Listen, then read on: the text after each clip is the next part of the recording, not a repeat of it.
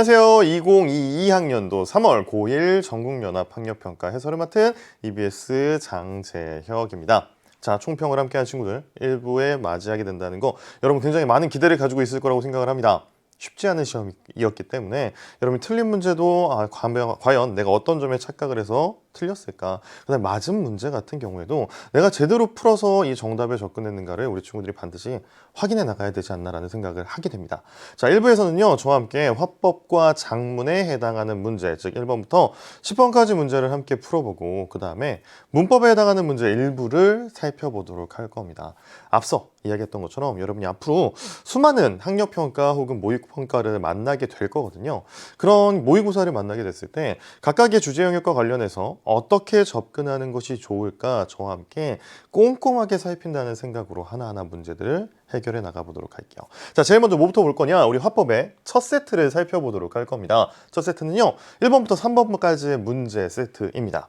사실 기출문제를 풀어본 친구들이라고 했을 때 이런 문제 유형을 굉장히 많이 만나게 됩니다. 그래서 이 화법과 작문 같은 경우에는 기출문제가 보여주는 양상을 크게 벗어나지 않았다라는 생각이 드는데요. 혹시 우리 친구들이 실제로 시험장에서 이 시험지를 딱 만나게 되었을 때 나는 어떻게 이 지문에 접근했나를 한번 좀 떠올려 봤으면 좋겠다는 생각이 들어요. 혹시 우리 친구들 중에서 아이고 이제 딱 시험이 시작됐잖아. 문제들을 딱 넘긴 다음에 시간이 부족하니까 최대한 빨리 풀어야 되겠다라는 생각으로 바로 안녕하세요, 저는 환경동아리 쭉쭉쭉 읽어 내려간 친구도 있을 거예요. 근데 저는 여러분에게 추천하고 싶은 방법이 한 가지가 있습니다. 바로 뭐냐면 이 화법이라고 하는 갈래는, 우리의 주제 영역이라고 하는 부분은 뭐가 굉장히 중요하냐?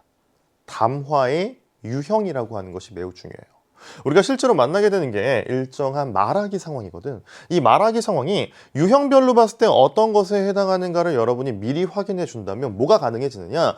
해당되는 담화의 유형에서 출제자가 문제로 활용할 만한 정보가 무엇인지 미리 예측할 수 있다는 점이 가능해집니다. 자, 일단 해당되는 1번에서 3번 문제 세트, 어떤 담화의 유형에 해당하느냐? 여기 나와요. 여기 어디에 나오냐면 발표이다라고 이야기하거든. 자, 다음은 학생의 발표이다. 물음에 답하시오 라고 해서 지문 바로 위에 이렇게 제시가 되어 있습니다. 여러분이 바로 이 글을 읽어가는 것이 아니라 이 담화 상황을 바로 독해해 나가는 것이 아니라 해당되는 담화 상황이 무엇인지 먼저 확인해 줬으면 좋겠어요. 자, 발표라는 걸 확인을 했다. 그러면 발표라는 것, 담화의 유형은 도대체 어떤 내용이 중요하게 다루어지느냐? 우리 발표는 보통 왜 하죠? 그렇지. 청중들에게 내가 준비한 내용에 대해서 설명하기 위해서 혹은 청중들을 설득하기 위해서 한다고요. 따라서 내가 발표를 준비한 특정한 주제가 당연히 있을 겁니다. 우린 도대체 이 말하기 상황에서의 화자가 청중을 대상으로 어떤 주제로 발표를 진행하는가를 읽어가면서 확인해 나갈 필요가 있어요. 거기다 또 하나 중요한 게 있죠. 바로 뭐냐면 발표를 하는 화자라고 생각을 해봐. 그 화자가 그냥 발표 내용을 쭉 말로만 이야기를 하면요, 청중에게 효과적으로 내가 전달하고자 하는 바를 제시할 수가 없단 말이야. 따라서 뭘 할까요? 그렇지, 효과적인 말하기 방식을 쓰기 위해서 노력을 하겠죠. 예를 들어서 저처럼 막 손짓을 해요. 혹은 막 목소리의 억양을 막 바꿔가요. 거기다가 화면에다가 사진도 보여주고요, 영상도 보여주고요, 막 그래프도 보여줘요. 자, 이처럼 말하기 전략 혹은 발표 전략이라고 하는 것, 어떤 것이 쓰였는가를 여러분이 확인해 주실 필요가 있습니다. 그래서 실제로 여러분이 해당되는 내용을 독해해 나가면서 주제가 무엇인지 찾아주고 그 다음에 효과적인 말하기 전략, 발표 전략으로 이 화자는 무엇을 선택했는가를 확인해 주실 필요가 있어요. 어떤 비언어적 표현을 쓰고 있는가, 혹은 어떤 준언어적 표현을 쓰고 있는가, 혹은 어떤 자료를 활용하고 있는가. 제가 왜 이와 같은 내용에 초점을 맞춰서 여러분이 독해를 하라고 이야기를 하냐면요, 이런 내용을 분명 물어보기 때문에 그렇습니다. 자, 저와 함께 이 발표 내용을 꼼꼼하게 살펴가면서 어디에 초점을 맞춘다? 주제와 발표 전략에 초점을 맞춰서 밑줄을 긋고 중요한 내용을 한번 표시해 보도록 할 거예요. 가보도록 합시다. 안녕하세요. 저는 환경동아리 지지자, 지구를 지키는 자, 이렇게 앞글자를 따왔나 봐요. 지지자의 부장입니다 라면서 먼저 발표자가 자기를 소개하고 있죠. 그러면서 말하기를 우리 동아리는 지구온난화의 심각성을 알리는 캠페인을 진행하고 있습니다. 그래서 오늘은요, 이와 관련해서 영구 동토층이 녹으면서 생기는 뭐에 대해서, 문제에 대해서 알려드리고자 합니다 라면서 발표를 시작하고 있어요. 자, 발표가 시작하는 이 시점에 발표자가 뭐에 대해서 소개를 하고 있는 겁니까? 자신이 준비한 발표문에 주제가 무엇인지 먼저 언급하고 있다는 걸 여러분이 확인할 수가 있겠지. 자, 그럼 이제 본격적으로 발표자가 뭐에 대해서 영구 동토층이라고 하는 것이 무엇인지에 대해서 설명을 해줄 거야. 지금부터 내용 볼게요. 영구 동토층에 대해서 들어보신 적 있나요? 라고 말해요. 자, 분명히 발표자는요, 영구 동토층은 이런 것입니다 라고서 그냥 쭉 내용을 이야기해도 된다? 근데 지금 뭐 한 거야? 직접 질문을 던지고 있어요. 그러면서 질문을 던지는 것뿐만 아니라 청중들이 자신이 던진 질문에 대해서 어떤 반응을 보이고 있는지 확인하고 있다는 거 알 수가 있겠죠. 자, 이게 바로 뭐가 되는 거야? 효과적인 발표 전략이 되는 거야. 청중들의 입장에서도요, 발표자가 막 이야기하는 걸 듣고만 있으면 굉장히 지루하고, 그렇잖아, 너희들도 아는 것처럼 졸릴 수밖에 없다고. 그러니까 뭐 하는 거야? 질문을 던져서 청중들이 직접 대답해 볼 수 있게. 그럼 청중들의 입장에서는 주의가 확 집중이 되겠지. 도대체 무엇에 대해서 이야기하고자 하는 건가? 저 질문의 답은 무엇인가에 대해서 생각할 수밖에 없다고요. 따라서 질문을 던지고 답변을 확인하는 것과 같은 효과적인 발표 전략을 쓰고 있다는 거 알 수가 있습니다. 청중의 반응을 확인한 다음에 직접 영구 동토층이 무엇인지 그 정의를 제시해 줍니다. 온도가 섭씨 0도 이하로 유지되어서 여름에도 녹지 않는 토양층, 이것이 바로 뭐가 된다? 영구 동토층의 정의에 해당한다는 걸 여러분이 확인할 수가 있겠네요. 자, 거기다 영구 동토층이 분포해 있는 지대는요, 지구 전체 면적의 약 14%에 해당하며 시베리아, 캐나다 북부, 알래스카 등 북극권에 주로 분포해 있다라고 이야기하고 있습니다. 그리고 대부분의 영구 동토층은 수천 년에서 수만 년 동안 얼어붙은 상태였지만 최근에는 빠른 속도로 뭐하고 있대? 녹고 있다라고 이야기를 해요. 자, 발표의 주제가 뭐였죠? 영구 동토층이 녹으면서 생기는 문제였다고. 자, 지금 발표문 쭉 이어가면서 뭐라고? 최근에 빠른 속도로 녹고 있다. 뭐가? 영구 동토층이. 그래서 당연히 무슨 문제가 발생하고 있구나라는 이야기를 전개해 나갈 거야. 실제로 그렇죠. 이것이 왜 문제가 될까요? 라면서 스스로 묻고 답을 하고 있습니다. 영구 동토층이 녹으면서 발생하는 문제 바로 이거야. 영구 동토층이 녹으면 그곳에 묻혀 있던 대량의 이산화탄소와 메테인이 공기 중으로 방출되기 때문입니다 라고 이야기해요. 우리가 사실 확 와닿지는 않는다. 이산화탄소와 메테인이 공기 중으로 방출되는 것이 우리의 삶과 관련해서 도대체 구체적으로 어떤 문제를 끼치는 것인가 라고 하는 것이 와닿지는 않잖아. 그래서 이야기하지. 발표자가 뭐라고 이야기냐면 수업 시간에 배운 것처럼, 야, 너희들 배웠잖아. 수업 시간에 배운 내용이니까 한번 떠올려봐 라고 하는 거라고요. 그럼 당연히 청중들은 어떻게 할까? 나 수업 시간에 뭐 배웠지? 나 이산화탄소, 메테인 들어본 것 같은데 라는 생각을 계속하게 될 겁니다. 수업 시간에 들었던 것처럼, 배운 것처럼 이산화탄소와 메테인은요, 뭐를 일으킨다라고 이야기합니까? 지구 온난화를 일으키게 되는 대표적인 온실가스입니다 라고 이야기하네. 자, 그럼 여러분 머릿속에 이제 내용이 정리가 될 거예요. 영구 동토층이 녹게 되면 이산화탄소와 메테인이 공기 중으로 방출이 된다. 이것이 공기 중으로 방출이 되면 어떤 문제를 야기하게 된다? 그렇지. 지구 온난화가 가속화된다라고 할 수가 있을 거야.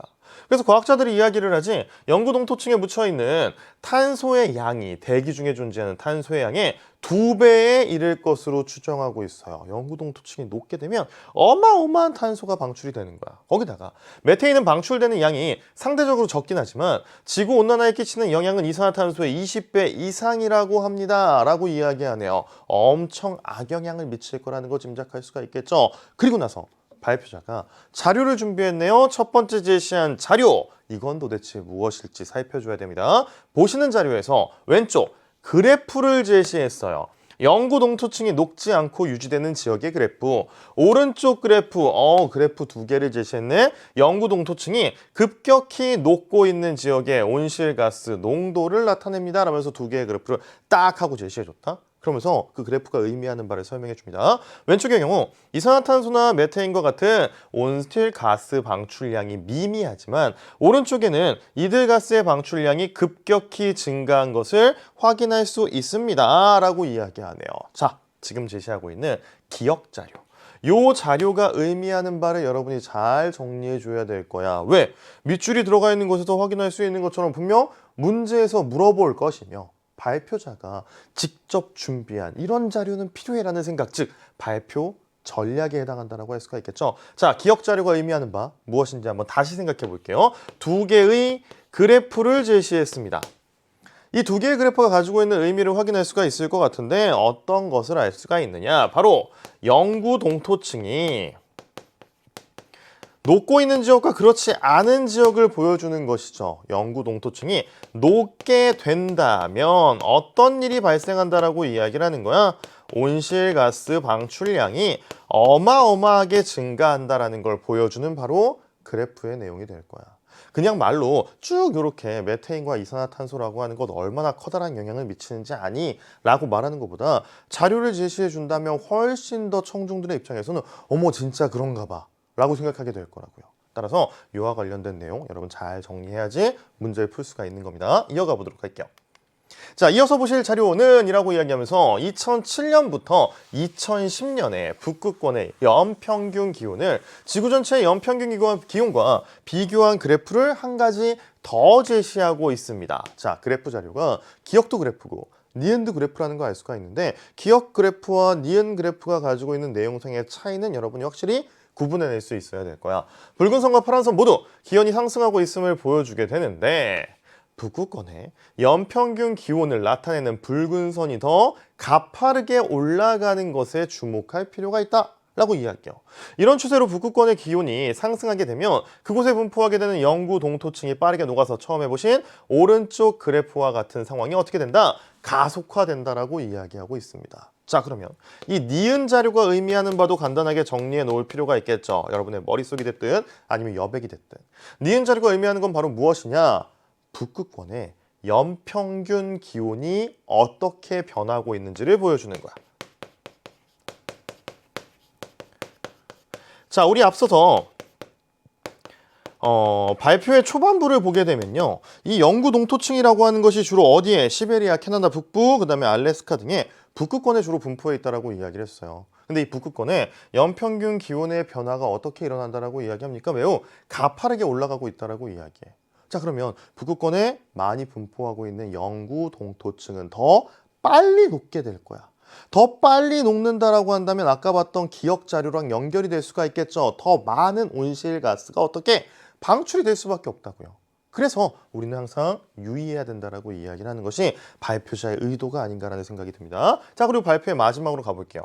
영구 동토층에서 방출된 온실가스는 북극권의 기온을 상승시키고요. 이는 결국 지구 전체의 온난화를 악화시키게 된다. 우리 자료를 통해서 확인했습니다. 그런 점에서 영구 동토층이 녹지 않도록 전 지구적 노력이 필요합니다. 라고 이야기하며 제가 말씀드린 내용을 주변에 많이 알려주시고 동아리 아까 뭐 하는 동아리라고 이야기를 했죠? 지구 온난화의 심각성을 알리는 캠페인을 한다라고 이야기했죠. 그래서 우리 동아리에 캠페인 활동에도 지속적인 관심을 부탁합니다. 라고 이야기하면서 발표를 마무리하고 있어요.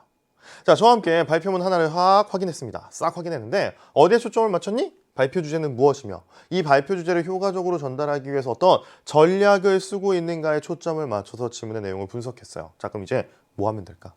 문제를 풀면 됩니다. 자, 근데 문제로 가서 저와 함께 한 가지만 더 확인해 볼 필요가 있을 것 같아요.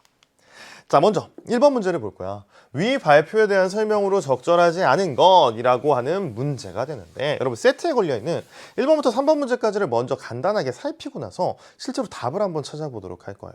자, 1번 문제부터 잠깐만 살펴보세요. 1번 문제에서 뭐라고 이야기하고 있느냐? 위 발표에 대한 설명으로 적절하지 않은 것은 여러분 밑에 나와 있는 1번부터 5번 선택지까지를 한번 살펴보세요.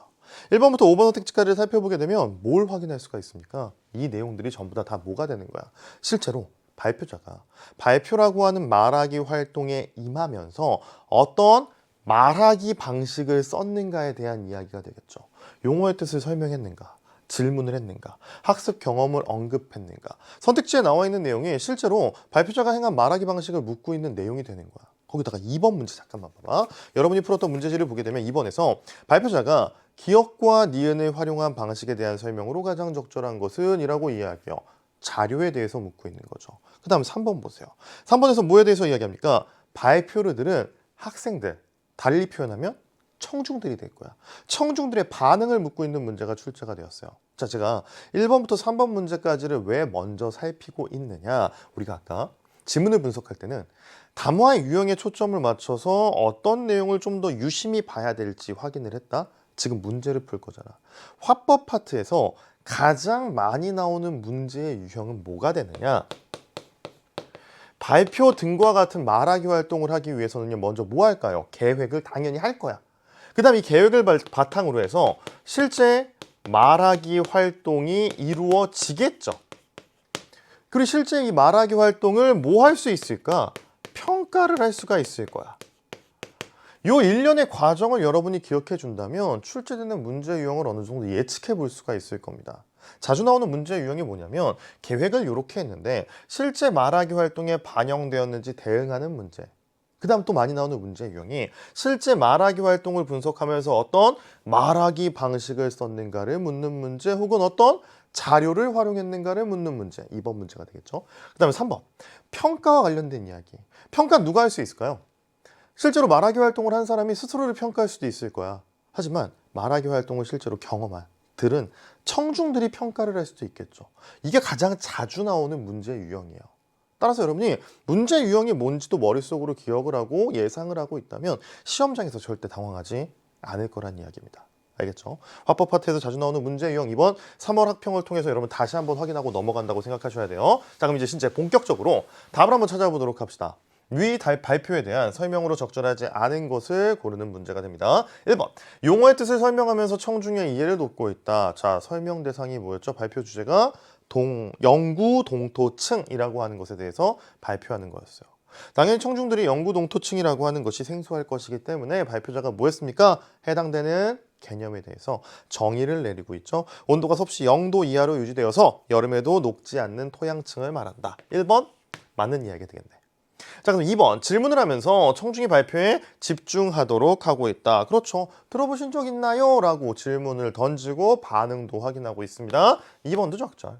그 다음에 3번 학습 경험을 언급하며 관련된 내용을 설명하고 있다. 어디에서 설명하고 있습니까? 이산화탄소와 메테인이 대기 중으로 방출된다. 우리가 수업 시간에 들은 것처럼 이산화탄소와 메테인 같은 경우에는 온실가스에 해당한다라고 이야기해 주고 있죠. 3번도 적절하겠네. 그 다음 4번 예상되는 반론을 반박하며 발표의 설득력을 높이고 있다라고 이야기하는데 예상되는 반론 발표자의 입장에서 내가 이런 주장을 펼치게 되면 반대 측에서 내 주장에 반대하는 사람들이 이런 반론을 펼치겠지를 미리 예상을 해서 미리 뭐 하는 거야? 반박해 놓는 거야. 그럼 당연히 청중들 중에서 혹은 나와 생각이 다른 사람들 중에서 반론을 할 여지를 차단하게 되는 거죠. 근데 우리가 봤던 발표문에서는요. 이와 같이 예상되는 반론을 반박하는 내용을 찾을 수가 없습니다. 그다음 마지막 5번. 캠페인에 대한 설명, 관심을 요청하면서 발표를 마무리하고 있다. 우리 발표문의 제일 마지막을 보게 되면요. 제가 말씀드린 내용 주변에 많이 알려주시고 그 다음에 우리 동아리 캠페인에도 지속적인 관심을 부탁드립니다. 라고 이야기를 하죠. 그래서 5번도 적절. 옳지 않은 것은 몇 번? 4번 선지를 골라주면 된다는 거. 자, 바로 2번으로 넘어가 볼게요. 우리 아까 지문 분석하면서 실제로 했던 활동입니다. 따라서 답은 여러분이 어렵지 않게 찾아낼 수 있을 거라고 생각을 하는데 발표자가 기억과 니은을 활용한 방식, 즉 자료 2개죠. 그래프가 들어가 있는 자료 2개를 활용한 방식으로 가장 적절한 것을 고르라고 이야기를 합니다. 자, 그러면 자료 기억과 자료 니은이 어떤 내용이었는지 다시 한번 떠올리고 답을 찾아보도록 할게요. 먼저 첫 번째 제시한 자료 기억 같은 경우에는 무슨 내용을 담고 있었습니까? 그래프 2개가 뿅 하고 나왔다고. 뿅 하고 나와서 영구 동토층에 빠르게 녹고 있는 곳에서는 어떤 특징이 나타나게 된다? 온실가스가 굉장히 많이 방출되고 있다. 라는 걸 보여주는 것이 바로 기억 자료였고 니은 자료 같은 경우는 어떤 특징?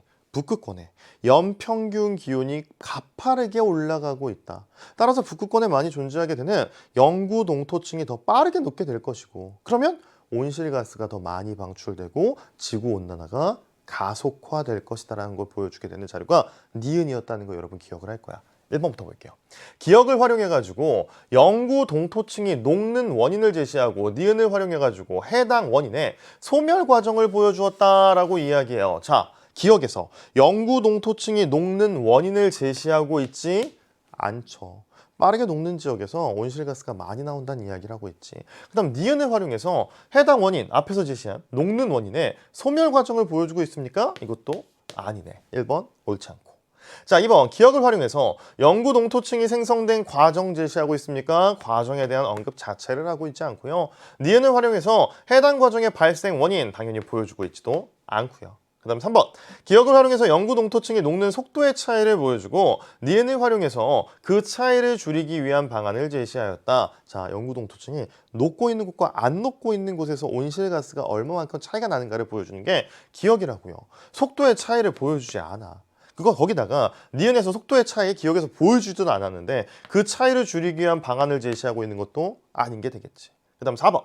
기억을 활용해서 영구동토층이 녹을 때 생기는 문제를 보여줘요. 어떤 문제? 온실가스가 많이 나온다는 거. 니은을 활용해서 이 문제가 악화될 수 있음을 강조하였다. 북극권의 연평균 기온이 빠르게 증가하는 경우에는 영구동토층이 빨리 녹게 되고 온실가스 더 많이 나와서 상황이 악화될 수 있다는 걸 보여주는 것이죠. 따라서 답은 몇 번? 4번 선지. 자, 마지막 5번. 기억을 활용해서 영구동토층이 유지된 지역의 문제 상황을 보여주고 니은을 활용해서 해당 문제가 가져올 결과를 제시하였다. 자, 영구동토층이 유지된 지역의 문제를 지금 이 발표에서 이야기하는 겁니까? 아니죠. 영구동토층이 녹았을 때 나타나는 문제에 대해서 이야기를 하면서 기억 자료와 니은 자료가 나온 게 되겠지. 따라서 5번도 아니야. 답은 몇 번? 4번 선지 골라주면 된다는 거. 자, 네, 3번 문제 볼게요. 우리 평가와 관련된 청중들의 반응입니다. 다음은 발표를 들은 학생들의 반응이다. 발표의 내용을 고려해서 학생들의 반응을 이해한 내용으로 적절하지 않은 것을 골라봐라 라고 이야기를 합니다. 자, 그러면 학생 1, 2, 3이 어떤 반응을 보였는지 먼저 면밀히 살펴줘야 될 것 같아요. 학생 1부터 보자. 영구동토층은 녹지 않는 것으로 알고 있었는데 발표를 듣고 그렇지 않다는 것을 알게 되었어. 학생 1은 일단 어이구 나 새로운 사실을 알게 되었네 라면서 발표를 평가하고 있죠. 자, 그리고 말합니다. 영구동토층이 녹아서 문제가 생긴 사례를 더 찾아봐야 되겠어. 자신이 이 발표를 듣고 어떤 추가 활동을 할지 계획을 해서 실행에 옮기려고 하고 있음을 확인할 수가 있어요. 그 다음 학생 2. 영구동토층이 주로 북극권에 분포해 있다고 했는데 나머지는 어디에 분포해 있을지 궁금해 라고 이야기합니다.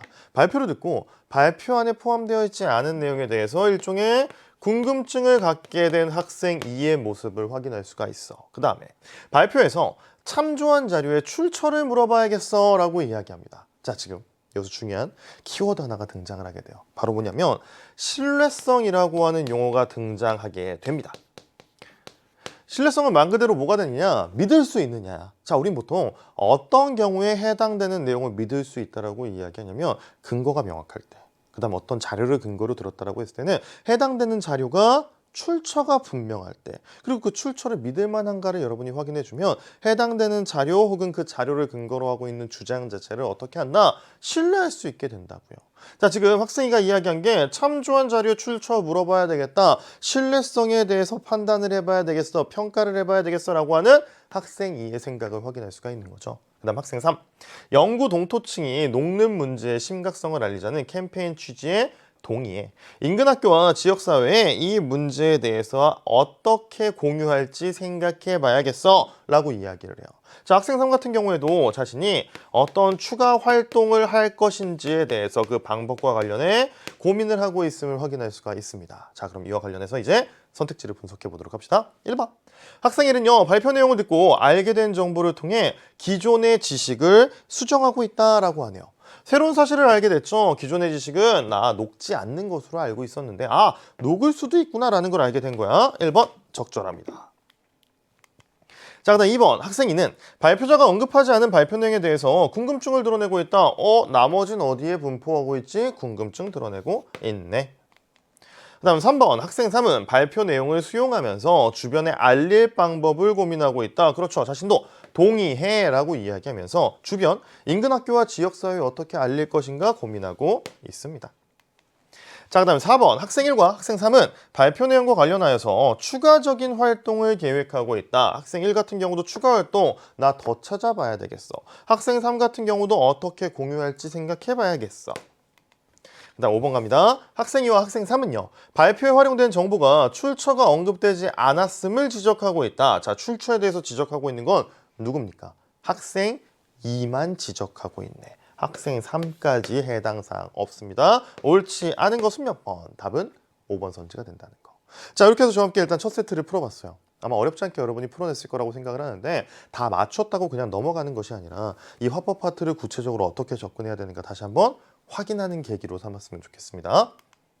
자, 그 다음 이제 4번에서 7번 문제 세트로 가보도록 합시다. 자, 요건요.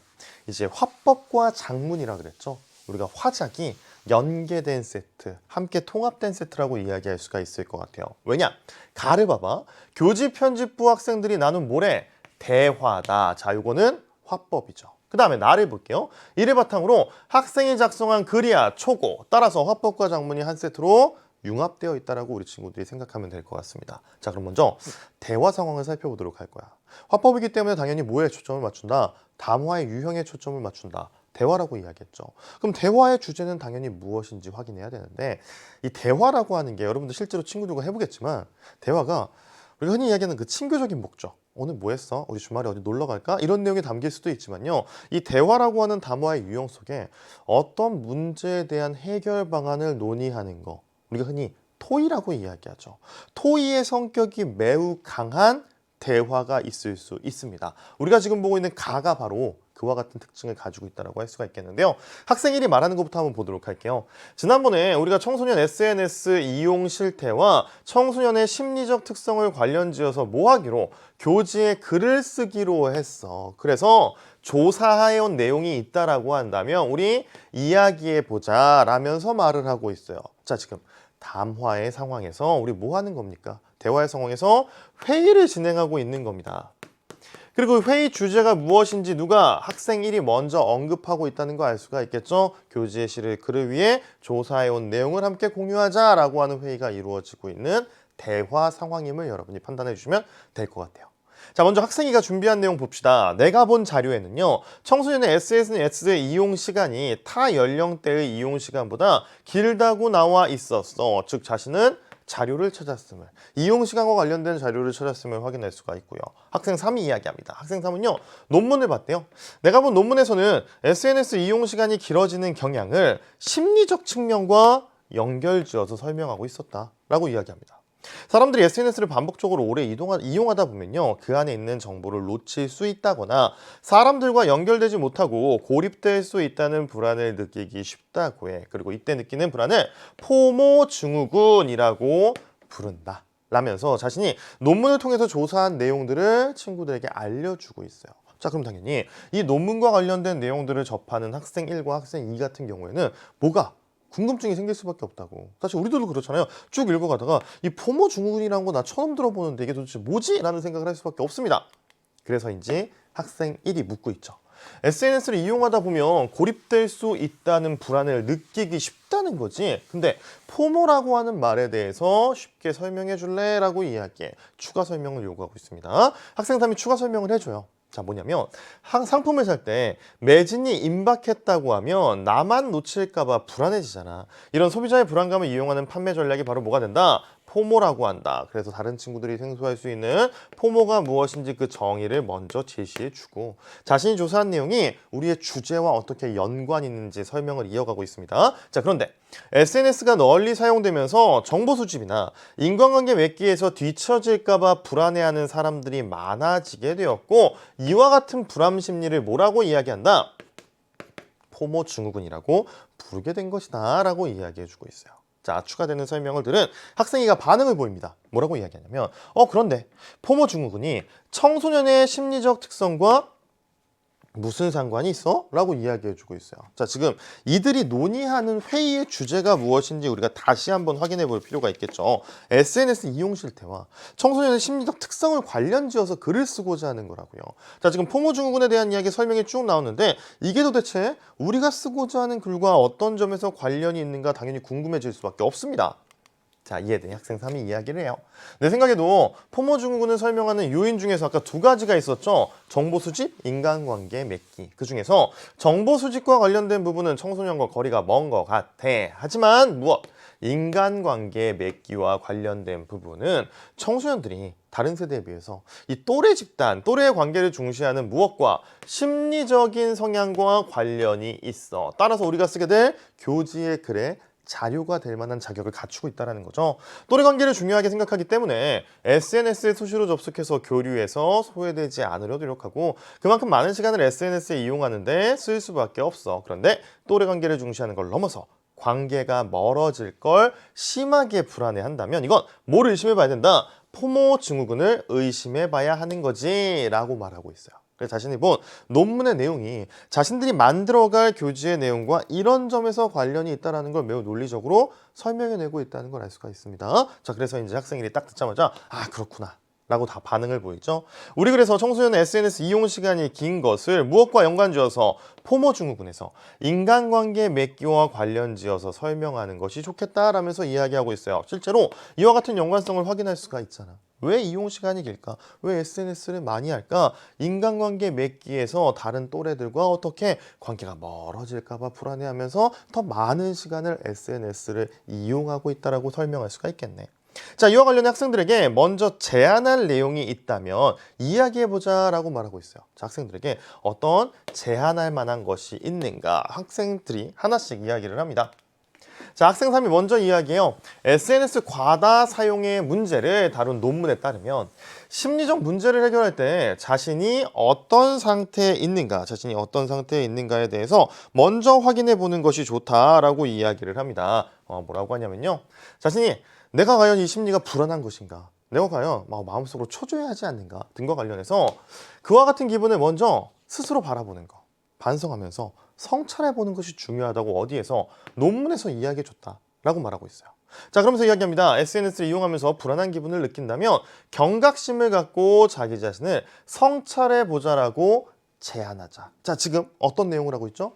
조사해온 자료가 무엇인지 서로 설명해주는 건 끝났어.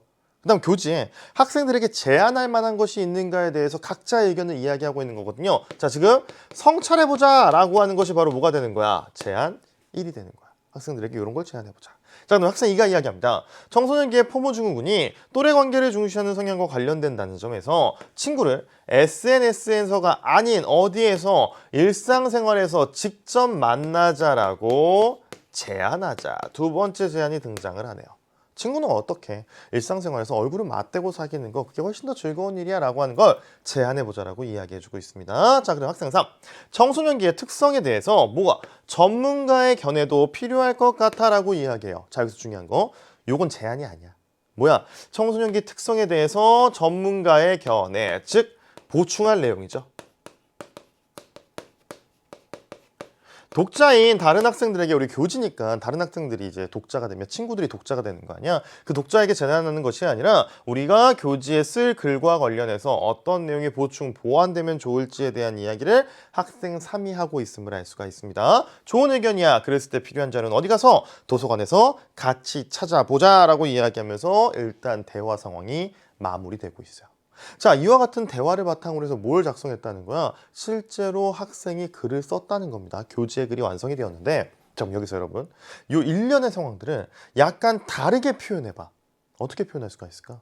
일종의 이 대화 상황이 뭐가 되는 거예요? 계획이 되는 거지. 이 계획을 바탕으로 뭐가 작성이 되었다? 글이 작성이 되었다라고 생각하시면 됩니다. 자, 그럼 본격적으로 이 글은 어떤 특징을 가지고 있으며 계획하기라고 할 수 있는 이 학생들의 대화가 어떻게 반영되었는가를 살펴보도록 할게요. 자, 학생의 초고봅니다. 청소년의 대부분은 SNS를 이용한다. 설문 결과에 따르면 청소년의 이 SNS 이용 시간은 타 연령대보다 훨씬 긴 것으로 나타난다. 설문 응답자 전체 SNS 하루 평균 이용 시간은 1시간 미만인데 이 설문 응답자를 연령대별로 나눠보는 거예요. 청소년의 77%는 평균 3시간 이상 쓴대요. 그 다음에 19%는 평균 5시간 이상 SNS를 이용하는 것으로 나타났다라고 말합니다. 자, 전체 평균이 1시간 미만인데 청소년만을 놓고 보게 된다면 77%가 3시간 이상, 19%는 5시간 이상 쓴다는 거야. 다른 연령대에 비해서 얼마나 많은 시간을 SNS에 이용하는 데 쓰고 있는지 확인할 수 있는 대목이 되겠죠. 자, 그리고 실제로 대화 상황에서 학생이가 다른 연령대보다 길다고 나와 있었어 라고 말한 게 구체적인 수치로 초고에 제시되어 있다는 걸 여러분이 확인할 수가 있습니다. 자, 그 다음 볼게요. 청소년의 이러한 SNS 이용 실태는 청소년기의 특성에서 그 이유를 찾을 수가 있다. 누가 나오느냐? 전문가가 등장을 하네요. 우리 아까 대화의 말미에서 청소년기의 특성을 누구의 의견을 전문가의 의견을 바탕으로 제시하자라고 이야기하죠. 계획이 반영되었음을 알 수가 있습니다. 청소년은 타인의 기준과 인정을 중요시하는 특성을 가지고 있는데 이러한 이유로 자신을 남에게 보여줄 수 있는 뭐에 SNS에 빠져들기 쉽다. 또한 청소년은 또래 관계에 과하게 의존한다라는 특성도 가지고 있다는 것이죠. 그래서 SNS는 쉽고 빠르게 인간관계를 맺을 수 있다는 점에서 청소년에게 특히 매력적이다라고 이야기해주고 있어요. 전문가의 의견을 가지고 와서 이 청소년의 특성이 SNS 이용과 어떻게 관련이 되어 있는가를 언급하고 있습니다. 그리고 중요한 건 아까 봤던 계획이 실제 초고에 반영된 것이라고 할 수가 있겠죠. 그리고 할게요. 청소년의 SNS 이용 실태는 뭐라고? 포모 증후군을 우려하게 한다. 우리 아까 대화에서 포모 증후군 이야기가 나왔었죠. 구체적으로 설명이 나옵니다. 포모라고 하는 것은 원래 제품 공급량을 줄여서 소비자를 조급하게 하는 마케팅의 용어였지만 최근에는 SNS 속 정보나 관계에서의 소외를 불안해하는 심리를 가리키는 말이 되었다라고 이야기해요. 그래서 청소년 중에서 뭐를 포모 증후군을 우려해 봐야 되는 상황인 친구들도 있다는 것이죠. 청소년기는 또래 관계를 중시하는 심리적 성향이 강해요. 대체로 SNS를 사용하지 못하는 상황에서 불안한 기분을 느끼게 되는 경우가 많고 SNS에 수시로 접속해서 뭐를 또래 사이에서의 교류 같은 것들에 소외되지 않으려고 노력하는 경향을 보이게 된다라고 이야기해주고 있습니다. 자, 그래서 포모 증후군이 걱정이 된다라고 한다면 청소년들, 즉 독자들에게 제안을 하고 있어요. 어떤 것을 제안하고 있느냐? 개인적 측면에서 먼저 경각심을 가지고 자신의 SNS 이용을 돌이켜보자라고 이야기합니다. SNS 속 모든 인간관계가 연결되는 것은 불가능함에도 불구하고 그렇게 되지 못한 것에 대해서 불안해하는 것은 아닌지 돌아볼 필요가 있다라고 이야기하죠. 대화 상황에서 언급했던 성찰해보자라고 하는 첫 번째 제안이 어디에 초고에 반영되어 있음을 확인할 수가 있어요. 자, 그다음에 둘째, 사회적 측면에서 뭐라고 이야기하냐면 일상생활 속에서 직접 만나는 친구와의 관계를 더 돈독히 하자라고 이야기하거든요. 우리 앞선 대화에서 제안 2라고 표시했던 내용이 실제 초고에 반영이 되었다는 걸 알 수가 있겠죠. 자, 그리고 초고에 마지막에 이렇게 가라고 하는 빈칸이 나와 있으면서 일단 지문이 마무리되고 있어요. 우리 가라고 하는 화법 상황은 담화 유형에 초점을 맞춰서 내용을 확인을 했고 나에서는요 실제로 그 담화가 뭐가 된다 계획이 되기 때문에 그 계획이 초고에 반영되었는가에 초점을 맞춰서 분석을 해봤다. 그럼 이제 문제를 볼 거야. 자, 가만 가지고 4번 문제가 나왔어요. 가에 학생 1에 대한 설명으로 적절하지 않은 것은 이라고 이야기하거든요. 가는 뭐였죠? 대화라는 담화 상황. 그 대화라는 담화 상황에서 선택지도 봐봐. 학생 1이 어떤 말하기 방식을 쓰고 있는가에 대한 것을 묻는 문제라는 걸 알 수가 있어요. 가장 전형적인 문제 유형이라고 우리가 아까 1번에서 3번 문제를 풀어보면서 이야기를 했던 거 기억을 할 겁니다. 자, 그럼 이제 뭐 하면 되니? 그치, 가에 나와 있는 학생 1, 2, 3 있잖아. 그 중에서 학생 1의 바람만 빠르게 검토하면서 1번부터 5번까지를 확인하는 겁니다. 알겠죠? 1번부터 볼게요. 일부 대화 참여자의 발언이 맥락에서 벗어났음을 지적하고 논의의 범위를 제한할 것을 요청하고 있다. 우리 학생 1의 발화가 실제 가에 4번 나오거든요. 4번 나오는데 그 4번 나오는 발화 중에 어디에도요 지적하고 논의의 범위를 제한할 것을 요청하는 내용은 드러나 있지 않습니다. 일단 답은 적절하지 않은 것 1번을 골라주면 된다는 거. 그 다음 2번 선지도 볼게. 대화 참여자의 발언에 대해서 평가를 하고요. 논의와 관련하여서 대화 참여자들이 해야 할 일을 제시하고 있다라고 말하네요. 자, 제일 마지막 봐봐. 학생이 이야기한 4번째 발화이자 가의 제일 마지막 발화를 보게 되면요. 정말 좋은 의견이야 라면서 뭐라고 평가하고 있죠. 그 다음 논의와 관련해서 학생들이 더 할 일, 추가적으로 해야 할 일을 뭐라고 필요한 자료는 도서관에 가서 같이 찾아보자라고 이야기를 합니다. 우리 학생 1의 마지막 발언을 통해서 2번 선지 맞다는 거 알 수가 있어. 그 다음 3번. 대화 참여자의 발언의 일부를 재진술하고 논의와 관련된 추가적인 설명을 요구하고 있다라고 하네요. 여러분 어디에서? 학생 1의 두 번째 발화에서. 학생 3이 뭐에 대해서 포모 증후군이라는 것에 대해서 언급을 하니까 학생 1이 네 말은 SNS를 이용하다 보면 고립될 수 있다는 불안을 느끼기 쉽다는 거지. 재진술. 그 다음에 논의와 관련해서 추가적인 설명. 근데 이 포모라고 하는 말에 대해서 더 설명해 줄 수 있어? 라고 하는 요구를 하고 있죠. 따라서 3번도 적절. 그 다음 4번. 대화 참여자의 발언 내용에 동의하고요. 더 논의할 내용을 제시하고 있다라고 말합니다. 여러분 어디에서 할 수 있느냐? 학생이래. 세 번째 발화에서 확인할 수가 있어요. 뭐라고 이야기하냐면요. 이런 얘기 등장하죠. 그렇구나. 우리 그래서 청소년의 SNS 이용 시간이 긴 것을 포모 증후군을 인간관계 맺기와 관련지어서 설명하는 것이 좋겠어 라고 말하는 거. 그리고 이와 관련해서 제안할 만한 내용이 있는지 이야기해보자 라고 말하는 그 세 번째 발화를 보게 되면요.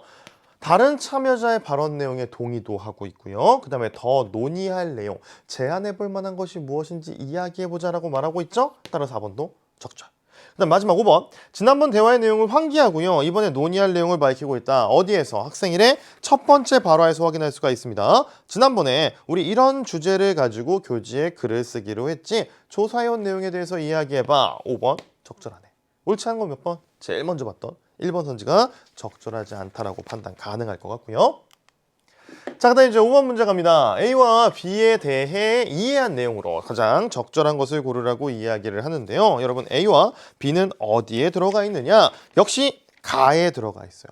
가에 들어가 있는 학생 3의 말에 A와 B 각각 이제 밑줄이 들어가 있고 이렇게 묶여 있다라는 거 우리 친구들 확인할 수가 있는데 A의 주요 내용은 무엇인지 잠깐만 보도록 할게요. A는 학생 3이 이 포모라고 하는 용어에 대해서 설명하는 내용이야. 그다음 B라고 묶여있는 부분은 뭐냐면 학생 3이 친구들의 질문을 받아서 포모 증후군과 관련해서 인간관계 맺기에 한해서 우리가 쓰고자 하는 주제와 관련 있다라고 언급하는 부분이거든요. 1번 볼게요. A에서 전문가의 관점을 소개를 합니다. 그리고 B에서는 소개한 관점에 의의를 제시하고 있다라고 말하네요. 여러분, A에서 전문가의 관점이 등장합니까? 안 등장해. B에서 소개한 관점에 의의 제시하고 있지도 않다고. 1번 옳지 않고. 자, 2번. A에는 용어에 대해서 설명을 하고요. B에서는 설명한 내용의 일부를 활용해서 자신의 견해를 드러내고 있다. 용어 뭐? 포모에 대해서. B에서는 포모 증후군과 관련해서 그 일부, 전체가 아니라 인간관계 맺기에 한정해서 우리의 글에 활용할 수 있겠구나라고 이야기를 합니다. 2번 적절. 그 다음 3번. A에서 상대방 발언의 핵심 내용을 정리하고요. B에서는 정리한 내용에 대한 자신의 견해를 밝히고 있다. A에서는요. 자신이 조사한 내용을 설명해 주는 거라고요. 따라서 3번도 옳지 않고. 4번. A에서 구체적인 사례를 나열하여 제시하고요. B에서는 일정한 기준에 따라서 제시한 사례를 분류하고 있다라고 말하네요. 자, 분명히 사례가 등장하긴 해. A에서 뭐라고 상품을 살 때 뭐 매진이 임박했다 이것도 일종의 사례가 될 수 있잖아. 근데 막 사례를 여러 개를 나열하고 있지도 않고 B에서 나열한 사례를 분류하고 있지도 않죠. 따라서 4번도 옳지 않다. 자, 마지막 5번. A에서 자신의 견해를 요약하여 제시하고요. B에서는 다른 의견을 받아들여서 자신의 견해를 수정하고 있다라고 말하네요. A에서는 자신의 견해가 아니라 자신이 조사한 내용, 포모가 무엇인지, 포모 증후군이 무엇인지에 대해서 설명하고 있지. 그렇기 때문에 B에서 뭐 견해를 수정하고 있다라고 이야기하는 거 모두 옳지 않다라는 거 확인 가능할 겁니다. 따라 적절한 것을 고르라고 했을 때 몇 번? 답은 2번 선지가 될 거야. 자, 근데 6번 문제로 한번 넘어가 볼게요. 가의 내용이 나의 반영된 양상으로 적절하지 않은 것을 골라라 라고 하는 문제가 제시가 되어 있습니다. 자, 우리가 아까 지문을 분석하면서 이런 이야기를 했다고. 가에서 친구들끼리 나눈 대화가 결국 뭐가 된다? 나의 글쓰기 활동을 위한 일종의 계획이 된다라고 이야기했죠. 자, 그리고 제가 총평에서 이야기를 했던 것이긴 한데 장문 파트에서 핵심은 바로 뭐가 되냐면 이 글을 쓸 때 어떤 과정을 거쳐서 글쓰기에 임하게 되느냐가 문제 유형을 유추하는데 예측해보는데 매우 중요한 요소가 된다라고 이야기했어요. 자, 그럼 여기서 문제를 풀어나가기 전에 그것부터 한번 생각해보자. 우리 친구들, 글은 어떤 과정을 거쳤을까요? 제일 먼저 뭐 해야 될까? 그냥 하얀 종이에다가 쫙 일필휘지로 처음부터 끝까지 막 써내려가는 친구 분명 있을 거야. 있을 텐데 그렇게 많지는 않을 겁니다. 우리가 어떤 글을 쓴다라고 하게 되면 당연히 뭐 할까요? 일단 첫 번째로 계획을 할 거야. 난 어떤 주제에 대해서 글을 쓴 것인가, 그 다음에 내 글을 읽어갈 예상 독자는 누구인가 등등과 관련해서 계획을 하면서 여러 가지 제반상을 막 분석을 할 거예요. 이 계획하기가 첫 번째. 그 다음에 자료가 있어야지 글을 쓰겠죠. 주제와 관련된 구체적인 자료를 수집을 할 거고요. 이것저것 자료를 막 수집했다라고 해서 글이 바로 나오지 않습니다. 그 자료들을 알맞게 구성해야 될 거야. 그리고 나서 이 구성한 내용 바탕으로 해서 뭐 할까요? 글을 쓰게 되겠죠. 글 쓰면 끝일까? 아니지. 고쳐쓰기 과정도 한번 거치는 게 좋겠죠. 이 1년에 5개의 단계를 거치는 것이 글쓰기 과정이라고 생각하면 됩니다. 각각의 단계에 주로 출제되는 문제 유형이 있어요. 요건 계획하기와 관련되어 있다고 할 수가 있겠죠. 가가 계획이고 나가 실제 활동, 계획이 실제 활동의 반영되었는가를 확인하면 되는 겁니다. 1번 볼게요. 가에서 포모증후군에 대해서 설명한 내용이 나의 3문단에서 청소년기의 심리적 특성과 함께 제시되어 있다라고 이야기합니다. 나의 3문단으로 가봐. 청소년의 심리적 특성과 함께 포모증후군이 무엇인지 구체적으로 설명해주고 있죠. 1번 적절. 그 다음 2번. 가에서 SNS 사용에 대해서 청소년들에게 제안하려는 내용이 나의 4문단에서 개인적 측면과 사회적 측면으로 구분되어 제시가 되었다. 4문단으로 가게 되면 개인적 측면에서 뭐 하자라고 스스로 성찰해보자라고 이야기를 하고 사회적 측면에서 뭐 하자라고 이야기합니까? 일상생활에서 직접 친구를 만나보자라고 이야기를 한다고.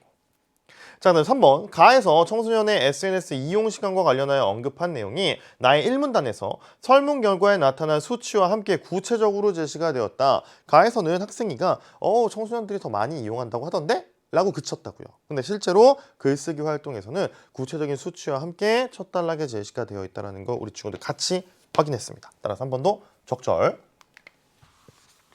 자, 그럼 4번 갈 거야. 가에서 청소년기의 특성에 대한 전문가의 견해가 필요하다는 의견이 있었죠. 그래서 어떻게 나의 이 문단을 보게 되면 전문가에 따르면 이라고 이야기하면서 청소년의 2가지 특징으로 구체화되어서 반영되었다라고 이야기합니다. 맞는 이야기가 되겠죠. 자, 그럼 마지막 이제 5번 선지 볼 거야. 가에서 포모증후군과 청소년의 SNS 이용 시간의 관련성에 대해서 언급한 내용이 나의 이 문단에서 청소년의 SNS 과다 사용과 포모증후군의 악순환 관계로 제시가 되었다라고 이야기해주고 있어요. 자, 근데 나의 2번째 단락에 나와 있는 내용은 뭐죠? 그렇지, 전문가의 의견을 바탕으로 해서 청소년기의 특성에 대해서 이야기를 하는 거야. 포모증후군과 청소년 SNS 이용과 관련된 내용은 어디에 나와 있는 겁니까? 2문단이 아니라 3문단에 나와 있고 이를 바탕으로 해서 청소년 SNS 과다 사용과 포모증후군의 악순환 관계가 제시되어 있지는 않죠. 3문단에 나와 있는 내용은 관련이 있다는 정도지 악순환 계속 막 꼬리에 꼬리를 물면서 점점 안 좋아져 라고 하는 내용까지 나와 있지는 않습니다. 그래서 여러분 5번 선지가 옳지 않다라는 판단 충분히 가능할 거라고 생각을 해요. 계획하기 단계와 관련되어 있는 문제라는 점을 기억하면서 나머지 단계는 그럼 어떤 문제가 출제될지도 여러분이 한 번쯤 생각해 보는 것도 좋을 것 같습니다. 7번 문제로 가볼게요. 가에 들어갈 문장을 조건에 따라 작성한 것으로 가장 적절한 것을 고르라고 하는 문제. 자, 제가 앞서서 글쓰기 단계 5단계가 있다고 이야기했죠. 계획하기부터 퇴고, 고쳐쓰기까지가 있는데 지금 나와 있는 이와 같은 문제는 그럼 어디에 해당할까요? 가의 조건에 따라서 실제로 글을 작성해 보자라고 이야기를 하죠. 글쓰기 활동이 실제로 진행되는 단계와 관련이 있을 거야. 대표적인 유형의 문제입니다. 여기 뭐가 나와 있니? 조건이 나와 있어요. 저는 이걸요. 조건에 따라 표현하기 유형 문제라고 제 나름대로 정의를 내려봤거든요. 이렇게 이름을 붙여봤는데 이런 문제를 푸는 일종의 팁이 있습니다. 어떤 팁이 있냐면요. 지금 보는 것처럼 조건이 보통 2가지 이상이 나오게 될 거거든요. 해당되는 조건을 보면서 이 조건이 뭔가 좀 성격이 다르지 않나? 라는 점을 여러분이 파악해주면 좋을 것 같아. 조건 첫 번째를 봐봐. 문단의 내용과 어긋나지 않도록 할 것이라고 되어 있어요. 우리 가라고 빈칸이 들어가 있는 거 문단으로 따지게 되면 4번째 문단, 우리 나지문의 4번째 문단이라고 할 수가 있겠죠. 해당되는 문단의 내용과 어긋나지 않아야 된다. 우린 요걸요. 내용과 관련이 있으니까 이렇게 이름 붙여줘 보자. 내용 조건이라고. 자, 그다음에 내용에 대비가 드러나도록 뭘 써야 되는데 비교의 방식을 활용하라 라고 이야기합니다. 자, 이건 표현이죠. 형식이니까 형식 조건이라고 이름을 붙여보자. 여러분 실제로 시험장에 있다라고 한다면요. 내용 조건과 형식 조건 중에서 여러분이 판단하기 좋은 것으로 선택지 5개를 쭉쭉쭉 보면서 답이 될 수 없는 것. 이 2가지 조건을 모두 충족시키지 못한 것들을 바로 지워나가 버리는 거야. 지워나가고 그렇게 해서 남은 것이 답이 되겠구나라는 생각으로 빠르게 정답을 찾아줘야 됩니다. 자, 근데 우리는 지금 풀이하는 과정이니까요. 이 2가지 조건을 다 적용시켜 가면서 선택지를 확인해 보도록 할게요. 먼저 1번. 포모증후군은 아닌지 걱정만 하기보다는 사용시간 점검으로 현명한 SNS 사용자가 되자라고 이야기해요. 자, 지금 4번째 문단에 우리 지금 나지문의 4번째 단락에 나글의 4번째 단락의 핵심적인 내용이 SNS 현명하게 사용하자는 겁니까?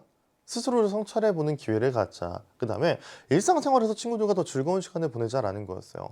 따라서 1번 선지 같은 경우는 내용 조건 자체를 충족시키지 못하다는 점에서 답이 될 수가 없다라고 할 수가 있겠네. 자, 거기다가 이제 형식 조건도 충족하냐라는 걸 보게 되면요. 실제로 대비되는 내용을 바탕으로 해서 비교하고 있다라는 걸 확인할 수가 있겠죠. 하지만 내용 조건은 충족시키지 못하고 있습니다. 자, 그리고 2번. 이번 주말 현실 속 친구들과 시간을 보냈다면 다음 주말은 SNS 친구들에게 더 집중하도록 하자. 글의 내용이 SNS 친구들에게 더 집중하자는 겁니까? 아니라고. 현실 친구들과 더 즐거운 시간을 보내자. 일상생활에서 더 즐거운 친구들과의 경험을 쌓자라고 이야기를 하는 것이죠. 그래서 2번은 내용 조건 충족하지 못했네. 거기다가 이제 내용 대비, 그다음 비교의 방식이 있는가? 내용을 일단 대비가 되죠. 주말에 친구들과 그럼 SNS 친구들과 놀자. 비교하는 거 뭐 그러니까 내용의 대비는 일어나긴 하지만 사실은 뭐 비교한다라고 보기는 좀 더 어려울 것 같아요. 그리고 내용 조건을 충족시키지 못하기 때문에 바로 지워줄 수가 있겠고.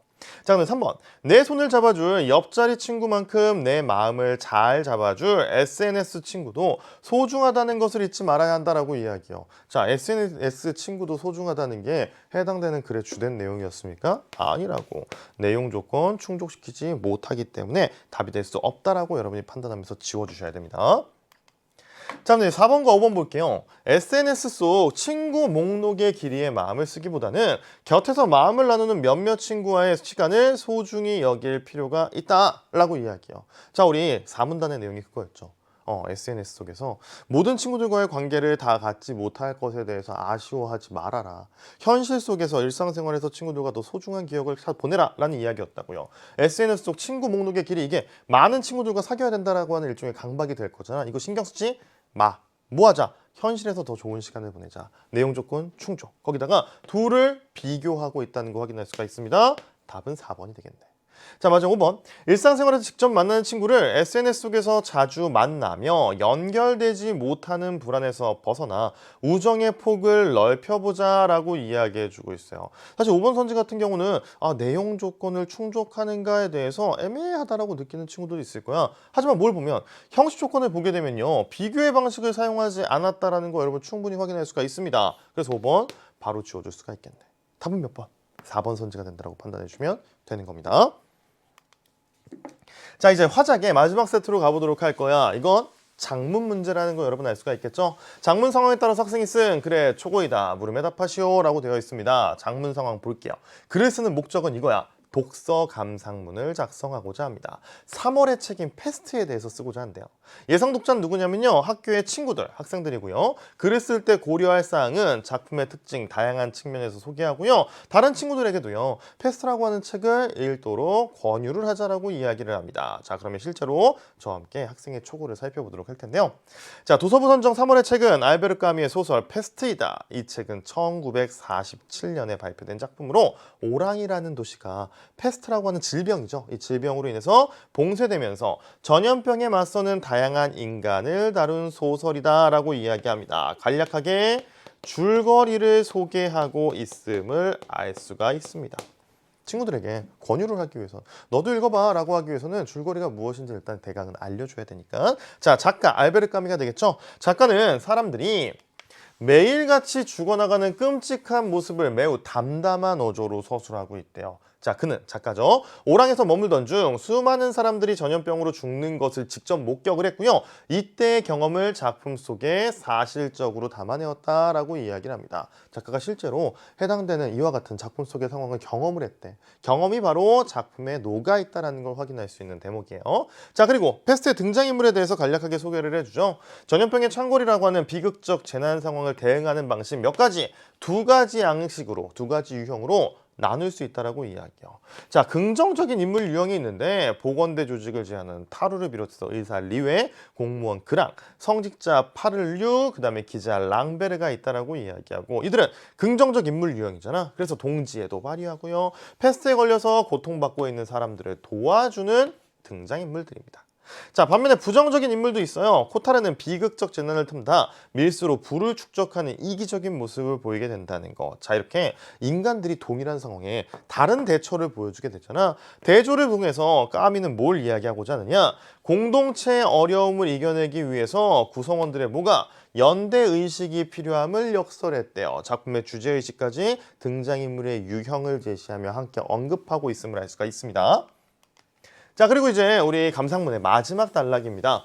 까미는 탁월한 통찰과 진지함으로 우리 시대 인간의 정의를 밝힌 작가라는 평을 받아요. 그래서 1957년에 노벨 문학상을 수상을 했고요. 그는 수상 후에 연설에서 이렇게 이야기했대요. 예술은 인간의 보편적인 감정을 제시하여서 많은 사람들을 감동시키는 수단이라고 이야기했대.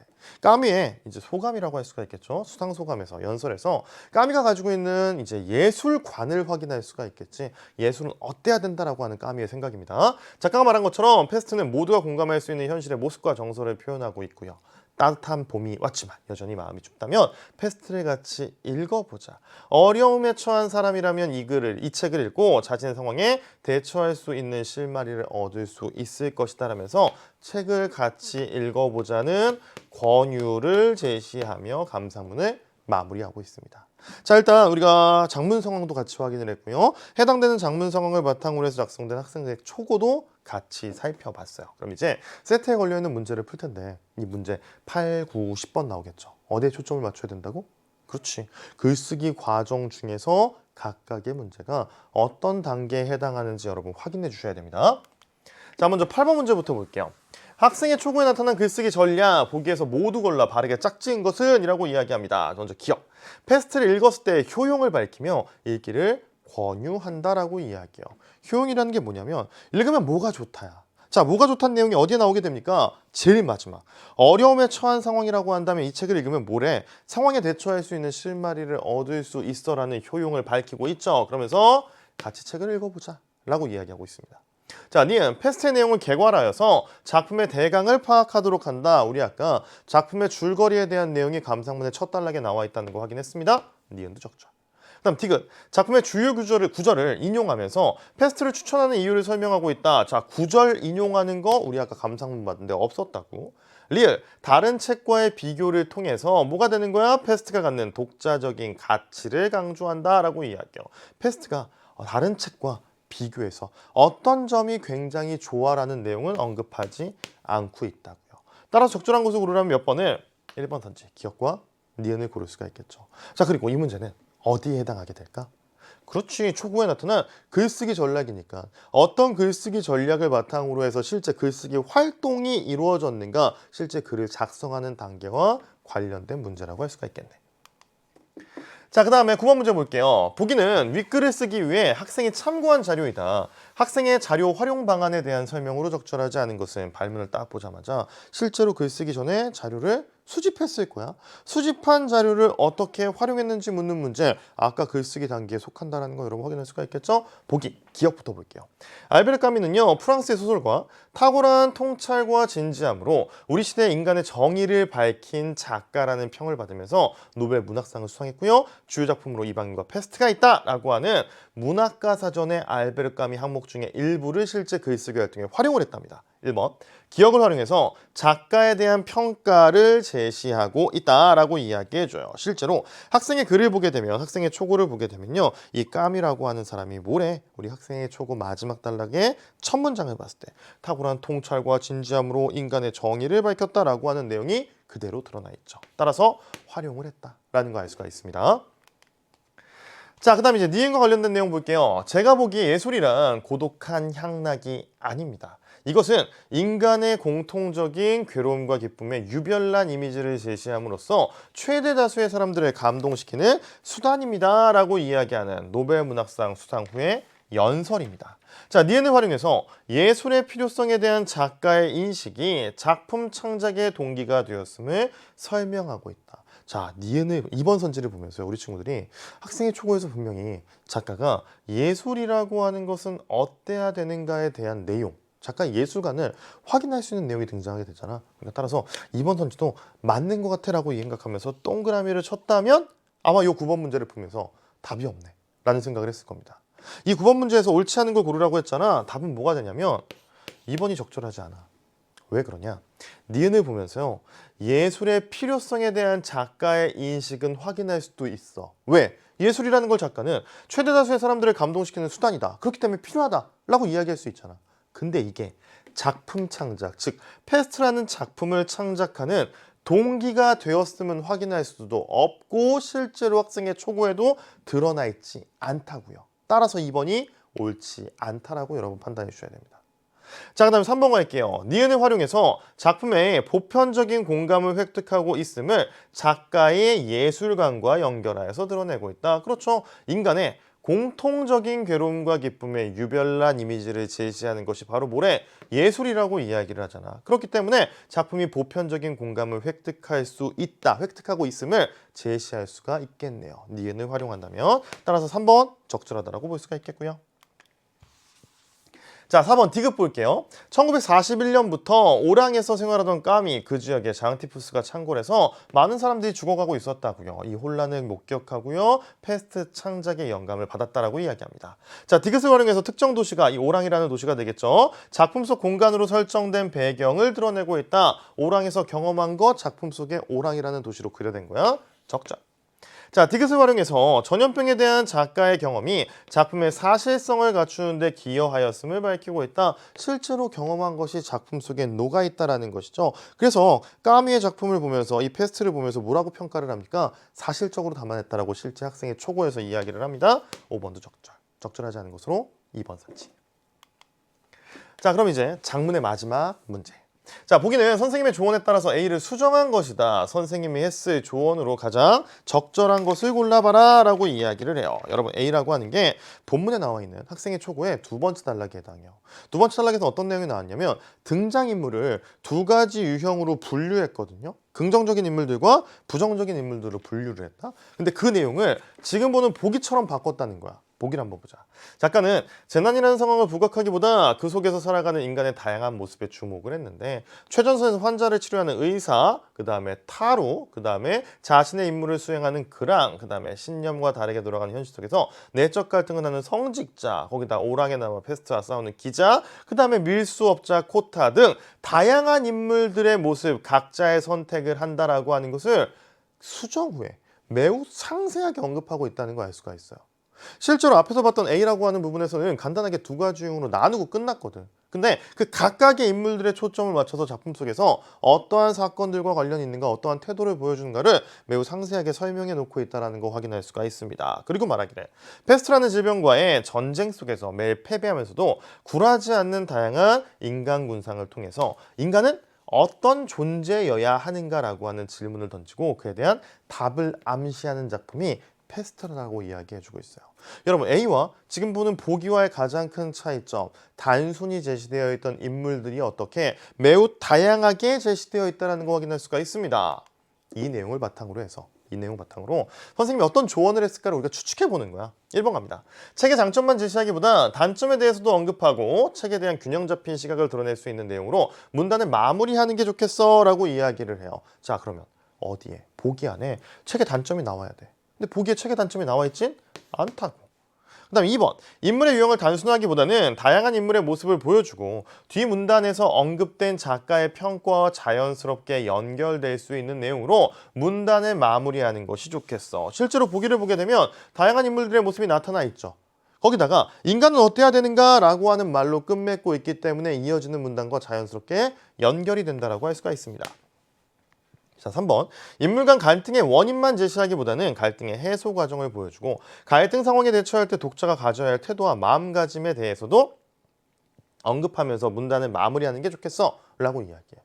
독자들이 어떤 마음가짐을 먹어야 되는가, 그 다음에 인물들 간의 갈등의 원인, 거기에다가 해소 과정까지 보기에 나와 있나요? 안 나와 있다고. 자, 그럼 4번. 인물에 대한 정보를 간략하게 제시하기보다는 여기까지 맞는 것 같아. 소설 속 인물의 행동을 자세하게 언급하고 우리 사회에 필요한 바람직한 인간상을 제시하는 내용으로 문단을 마무리하는 게 좋겠어. 소설 속 인물의 행동이 이전보다는 자세하게 언급이 되어 있기는 한데 보기 속의 내용에서 바람직한 인간상은 어때야 된다 라고 하는 내용이 등장하지는 않는다고요. 마지막 5번.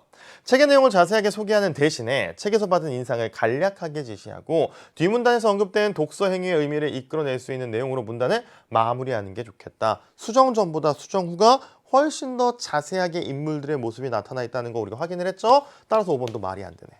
답은 몇 번을 골라야 된다는 거야? 2번을 골라야 된다는 거야. 자, 그리고 나서 이제 저와 함께 문법 문제 일부를 확인해보고 우리가 일부를 마무리 지으면 될 것 같아요. 그 일부 문법 문제가 이 11번에서 12번 문제 세트입니다. 여기까지 한번 확인해 보도록 할 텐데요. 이 11번에서 12번 문제 세트는 여러분이 지문이 나와 있다. 이 지문의 내용을 좀 꼼꼼하게 살펴봐 줬으면 좋겠어요. 왜냐? 이 지문의 내용이 여러분 앞으로 문법 공부를 해나감에 있어서 진짜 피가 되고 살이 되는 내용일 거야. 우리가 흔히 문법의 여러 가지 문제들 중에서 사전을 제시하고 그 사전의 내용을 활용하는 문제들이 출제가 되곤 하거든요. 근데 그 사전 속에 나와 있는 정보들이 어떤 의미를 가지고 있는가 요 지문에서 설명해 주고 있다고. 따라서 요 지문만 꼼꼼하게 읽어간다라고 한다면 여러분 국어사전을 제대로 볼 수 있는 방법, 그 방법을 익히게 될 겁니다. 가보도록 할게요. 문법적으로 적절한 문장이 있어요. 그 문장은 필수적 문장 성분을 온전하게 갖추어야지만 우린 뭐라고? 문법적으로 적절한 문장 성분이라고 이야기해요. 자, 그러면 필수적으로 요구되는 이 문장 성분이라고 하는 건 어떤 특징을 가지고 있느냐? 서술어에 따라서 달라진다라는 특징을 가지고 있어요. 자, 그러면 우리 이거 다 외워야 되느냐? 외우긴 힘들 거라고. 예를 들어 볼게요. 풀다가 서술어로 쓰이게 되면요. 이 서술어는 주어와 목적어라고 하는 문장 성분을 요구하게 됩니다. 따라서 다른 맥락이 주어지지 않는다면 나는 풀었다. 풀었다가 서술어가 될 거고 나는이 주어가 될 거야. 풀다라는 서술어인데 주어만 있고 뭐가 없니? 목적어가 없어요. 따라서 문장 성분이 온전하게 갖추어지지 않은 상태, 문법적으로 부적절한 문장이 된다라는 거야. 자, 그러면 선생님 이거 진짜 중요하네요. 서술어와 관련된 문장 성분 뭐가 필요한지 일일이 다 외워야 되겠네요 라고 생각하는 친구들이 있을 텐데 우리가 그게 사실 불가능하잖아. 불가능하기 때문에 도움을 받을 수 있는 게 뭐가 있냐면 국어사전입니다. 국어사전을 찾아보게 되면 우리가 충분히 도움을 받을 수 있다는 거예요. 어떤 내용에서 도움을 받을 수가 있느냐? 자, 여러분이 지금 보는 이 네모칸 안의 내용이 실제로 우리가 국어사전에서 풀다라고 하는 단어를 찾게 되면 이런 정보들을 확인할 수가 있습니다. 보통 어떤 정보들이 들어가 있느냐? 여기 동이라고 되어 있죠. 풀다의 품사를 확인할 수가 있는 거야. 동사다 라고 이야기를 하는 거고 우리가 보통 국어사전을 왜 찾습니까? 해당되는 단어, 특정 단어의 뜻을 모를 때 찾는 거거든요. 뜻이 이렇게 나와 있다. 근데 우리 친구들이 실제로 이 국어사전을 꼼꼼하게 잘 살펴보게 되면요. 더 많은 정보가 숨어 있다는 걸 알 수가 있어요. 지금 우리가 찾고자 하는 건 뭐예요? 특정한 서술어가 있다고 했을 때 반드시 필요한 필수적인 문장 성분이 무엇인가를 확인하는 거죠. 어디서 할 수가 있느냐? 바로 여기에서 확인할 수가 있어요. 실제로 지문에서 이야기해 줍니다. 뭐라고 하느냐? 요런 기호 안에는 표제어 풀다, 뜻을 설명하고 있는 풀다가 서술어로 쓰일 때 요구하는 문장 성분에 대한 정보가 제시가 되어 있는 거야. 우리 이거 뭐라고 이야기하느냐? 문형 정보다 라고 이야기합니다. 사실 이 서술어라고 하는 게 기본적으로 주어는 다 필수적으로 요구를 해요. 그래서 지금 보는 요 문형 정보에는 주어에 대한 표시는 안 들어가 있어. 다른 필수적 요구되는 문장 성분이 무엇인지를 확인할 수 있는 것이 바로 사전 속에 나와 있는 문형 정보라고 할 수가 있는데 우리 간단하게 보자. 위에 나와 있는 요 1번 같은 경우에 요 1번 네모 같은 경우에는 뭐가 필요하다? 주어와 함께 목적어가 필요하다는 거 확인할 수가 있어요. 그 다음에 밑에 나와 있는 요 뜻, 액체의 다른 액체나 가루 따위를 섞다라고 하는 의미로 쓰일 때는 목적어뿐만 아니라 모두 부사어도 요구한다. 주어뿐만 아니라 목적어, 부사어를 요구한다라는 점을 확인할 수가 있다고. 따라서 우리가 국어사전을 활용하게 되면 문형 정보, 특정한 서술어가 어떤 문장 성분을 필요로 하는지를 알 수가 있다는 겁니다. 실제로 우리 지문에서는 그와 관련된 내용이 설명이 되고 있죠. 문형 정보에는 주어를 제외한 필수적인 문장 성분에 대한 정보가 제시가 됩니다. 그래서 하나의 단어가 여러 가지 의미를 지닌 경우가 있어요. 아까 봤던 풀다의 경우처럼 이 경우에는 서술어를 쓸 때 어떤 의미인지에 따라서 요구하는 문장 성분이 다를 수 있어요. 그래서 국어사전에서도 문형 정보가 아까 봤죠? 무엇을 이만 내을이라고 하는 목적어만 들어가 있는 경우도 있고 뭐뭐에 뭐뭐을이라고 하는 목적어 부사어가 함께 들어가 있는 경우도 있다. 즉 다르게 제시가 된다는 걸 확인해 주면 됩니다. 자, 근데 필수적인 문장 성분을 갖추고 있다라고 하더라도요. 문장 성분 간에 호응이 되지 않으면 즉 어울리지 않으면 문법적으로 부적절한 문장이 될 수도 있다. 호응이라고 하는 것은 어떤 말이 오게 되면 거기에 응하는 말이 오는 것을 말하게 되는데 자, 이와 같은 예문이 나와 있습니다. 우리 예문이 어떤 점에서 어색한지 한번 확인해 보도록 합시다. 길을 걷다가 흙탕물이 신발에 튀었어요. 나는 신발에 얼룩을 남기고 싶지가 않았어요. 그래서 어떻게 했느냐? 나는 물에 세제와 신발을 풀었다. 다행히 금세 자국이 없어졌다라고 하는 예문이 나와 있는데 지금 밑줄 들어가 있는 부분 뭐라고? 문법적으로 옳지 않다라고 표시가 되어 있죠. 왜 옳지 않을까? 우리 미리 짐작해 보도록 합시다. 사실은 12번 문제에서 물어보고 있는 거거든요. 자, 지금 서술어를 봤을 때 풀었다, 풀다라고 하는 서술어가 쓰였다. 우리 지문 속에서 풀다라고 하는 사전 정보가 나와 있어요. 단어의 사전 정보가 나와 있는데 지금 요 문장에서는 풀다가 사전에 나와 있는 의미들 중에서 어떤 의미로 쓰였을까요? 그렇지. 풀다에서 요 이 네모 요 밑에 걸려있는 1번 뜻으로 쓰였다라는 거 우리 친구도 확인할 수가 있겠죠. 한번 읽어볼게. 액체에 다른 액체나 가루를 섞다라는 의미로 쓰였을 거라고요. 자, 그런데 지금 봐봐. 나는 물에 세제와 신발을 풀었다. 세제도 풀고 신발도 풀었다는 이야기가 되는 거야. 자, 근데 분명히 뜻에서는 뭐만 액체에 다른 액체나 가루를 풀어내는 거, 섞는 것을 이야기하는데 신발은 그러면 섞을 수가 없겠지. 따라서 위에 나와 있는 것처럼 문장이 이 예문이 잘못된 이유는 무엇이냐? 문법적으로 부적절한 이유, 무엇과 서술어가 호응하지 않는다. 신발을이라고 하는 목적어와 서술어가 호응하지 않는 것이죠. 여기에 쓰인 풀다의 목적어로는 무엇이 와야 호응이 이루어질까요? 아까 뜻을 봤잖아. 액체나 가루 같은 것이 와야지 뜻이 어울리는 것이다라고 할 수가 있겠죠. 따라서 신발은 어울리지 않는 게 되는 거야. 기억과 니은에 들어갈 내용 무엇인지 미리 확인했습니다. 좀 이따 문제 하나 쉽게 풀 거예요. 자, 11번 문제 볼게요. A를 이해한 내용으로 적절하지 않은 것을 골라봐라 라고 이야기하는데요. 우리 A는 뭐냐면 풀다에 대한 사전적 정보가 나와 있는 부분에 해당을 합니다. 자, 1번 선지부터 볼게요.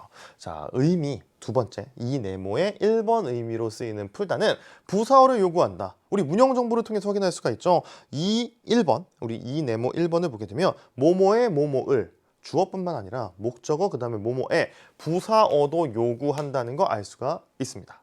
자, 2번 문형 정보에 주어가 표시되지 않았지만 풀다는 주어를 요구한다. 그렇죠. 주어는 필수적으로 요구되기 때문에 문형 정보에서는 제외한다라고 이야기를 했어요. 2번도 적절. 그 다음 3번 1네모의 1번과 2네모의 1번의 의미로 쓰이는 풀다는 모두 목적어를 요구한다. 자, 문형 정보를 보면 되겠지. 1네모의 1번 같은 경우는 목적어, 2네모의 1번 같은 경우는 아까 봤던 것처럼 목적어와 부사어를 모두 요구. 따라서 둘 다 목적어를 요구한다라는 설명은 적절하겠네. 자, 4번 풀다가 1네모의 1의 의미로 쓰일 때와 1네모의 5의 의미로 쓰일 때는 필수적 문장 성분의 개수가 같다라고 이야기해요. 자, 1네모 1번 묶이거나 감기거나 얽히거나 합친 것 따위를 그렇지 아니한 상태가 되게 하다. 5번 뜻 모르거나 복잡한 문제 따위를 알아내거나 해결하다. 이게 다 사전에서 어떻게 하나의 문형 정보로 걸려 있다는 거, 묶여 있다는 거 알 수가 있겠죠. 무엇을이라고 하는 목적어, 그 다음에 문형 정보에 나와 있지 않은 주어, 필수적 문장 성분은 2개라는 거 알 수가 있습니다. 적절. 자, 맞아. 5번. 그는 10분 만에 선물 상자의 매듭을 풀었다에 쓰인 풀다의 문형 정보는 사전에 무엇무엇에 무엇무엇을로 표시된다라고 이야기를 해요. 자, 부사어와 목적어가 모두 필요한 경우에 해당할 것이냐, 매듭이 감겨 있는 거잖아. 감겨 있는데 이 감겨 있는 것을 어떻게 하는 거예요? 풀어낸 거라고요. 따라서 이건요, 지금 뭐뭐의 뭐뭐을이라고 하는 액체의 다른 액체나 가루 따위를 섞는다라는 의미로 쓰이지 않았지. 따라서 목적어만 필요하다라고 봐야 되겠죠. 올바르지 않은 걸 고르라고 이야기하면 몇 번을? 5번 선지를 골라야 되는 겁니다. 자, 그럼 이제 12번 문제로 가볼게요. 우리 아까 기억, 니은에 들어갈 내용, 아까 문제 지문 읽으면서 파악을 했습니다. 기억에 들어갈 내용은 뭐였죠? 목적어와 어울리지 않는다라고 이야기를 했죠. 자, 그 다음에 어울리기 위해서는 뭐가 와야 된다? 신발이 오는 것이 아니라 이 풀다의 의미에 맞게 액체나 가루 같은 것들이 와야 된다. 그래서 니은에는 액체나 가루 따위의 것들과 호응한다라는 내용이 들어가야 됩니다. 답은 몇 번을 고르면 될까? 이렇게 1번 선지를 고르면 되겠죠. 자, 이렇게 해서 저와 함께 우리 1부에서 우리 화법과 작문 그리고 문법 중에 일부 문제를 확인을 했습니다. 2부에서 문법의 나머지 문제, 그 다음에 여러분이 힘들게 했던 독서 지문들 분석할 거니까요. 잠깐 쉬었다 만나도록 할게요. 안녕!